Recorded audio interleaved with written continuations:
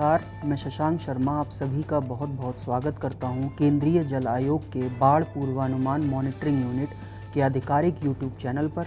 आज यानी दिनांक 23 अगस्त 2025 को हम देश में हो रही मौजूदा बाढ़ की स्थिति और केंद्रीय जल आयोग द्वारा जारी एडवाइजरीज और फ्लड बुलेटिन्स के बारे में चर्चा करेंगे, जिससे आप स्वयं तथा अपनों को सचेत रखते हुए अपनी आगामी यात्रा को तथानुसार योजनाबद्ध कर सकें।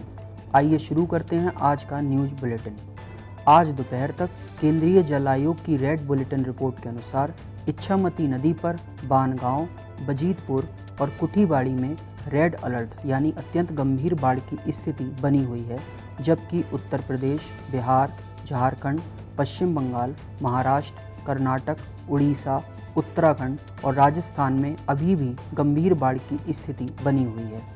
इन प्रदेशों के क्षेत्रों में कई नदियां जैसे गंगा, यमुना, घाघरा, गंडक, कोसी, बागमती, चंबल, मेज, सरयू, स्वर्णरेखा, पंचगंगा, घाट प्रवाह और दामोदर नदियां खतरे के निशान से ऊपर बह रही हैं।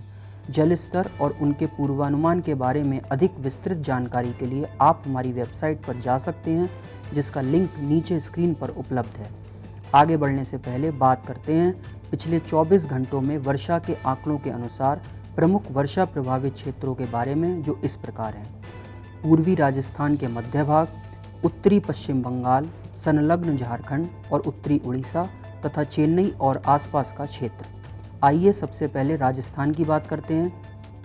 उत्तर मध्य प्रदेश एवं समीपवर्ती दक्षिण उत्तर प्रदेश पर बने ऊपरी वायुमंडलीय चक्रवातीय परिसंचरण के कारण पूर्वी राजस्थान के मध्य भागों में लगातार 2 दिनों तक अत्यधिक से बहुत भारी वर्षा हुई है। अतः अगले 24 घंटों में मेज, पार्वती, गंभीरी, बनास, काली सिंध और अन्य सहायक नदियों में जल स्तर वृद्धि तथा सामान्य से अधिक से लेकर भीषण बाढ़ जैसी स्थिति की संभावना है। यह स्थिति राजसमंद, टोंक, चित्तौड़गढ़, भीलवाड़ा, बूंदी, कोटा, सवाई माधोपुर जिलों में देखी जाएगी। मौसम विभाग के अनुसार सिरोही, उदयपुर एवं आसपास के जिलों में भी भारी वर्षा की संभावना है, जिसके परिणाम स्वरूप ऊपरी माही, साबरमती और बनास नदियों में भी प्रवाह बढ़ने की आशंका है। काली सिंध, बीसलपुर, गंभीरी, राणा प्रताप सागर, जवाहर, गुडा, पांचना, माही परियोजनाओं में सामान्य से अधिक जलागम की संभावना है। चंबल नदी में उत्पन्न बाढ़ आने वाले दिनों में उत्तर प्रदेश की ओर डाउनस्ट्रीम तक पहुंचने की संभावना है। टोंक जिले एवं उसके डाउनस्ट्रीम क्षेत्र में बनास नदी में बाढ़ जैसी स्थिति बनने की आशंका है। सभी परियोजनाओं का संचालन एसओपी के अनुसार किया जाए तथा डाउनस्ट्रीम क्षेत्रों को सूचित करने के बाद ही जल छोड़ने की कार्रवाई की जाए। गुजरात की बात करें तो अगले 24 घंटों में पश्चिम की ओर बहने वाली नदियों जैसे अंबिका, औरंगा, पार, दमनगंगा में भारी प्रवाह की संभावना है। कडाना, उकाई, सरदार सरोवर, डांटीवाड़ा तथा धरोई परियोजनाओं में भी अगले 24 घंटों में सामान्य से अधिक जलागम की संभावना है। झारखंड की तरफ नज़र डालते हैं।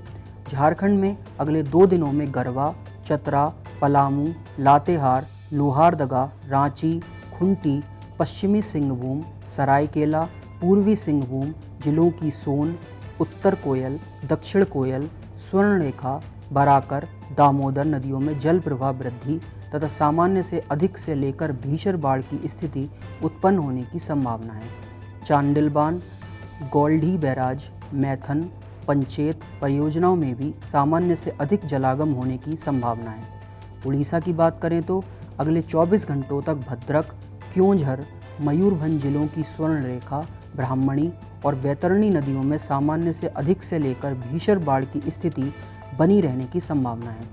बरगढ़, झारसुगुडा, सुंदरगढ़, क्योंझर जिलों में ब्राह्मणी, वैतरणी और महानदी नदियों में जल स्तर वृद्धि एवं बाढ़ जैसी स्थिति बनने की संभावना है। रेंगाली और हीराकुंड बांधों में भी अगले 2 दिनों तक सामान्य से अधिक जलागम होने की संभावना है। छत्तीसगढ़ की बात करते हैं।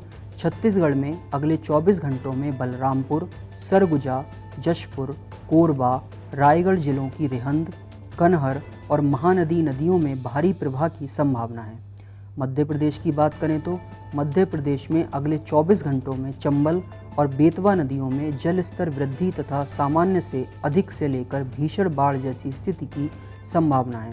यह स्थिति मुख्यतः श्योपुर कलान, गुना, शिवपुरी, राजगढ़, नीमच, मंदसौर, दमोह, सागर जिलों में रहने की आशंका है।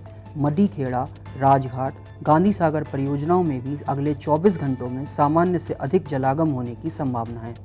तो सूचित रहें, सुरक्षित रहें और हम आपको अगले बुलेटिन में मिलेंगे। तब तक के लिए धन्यवाद।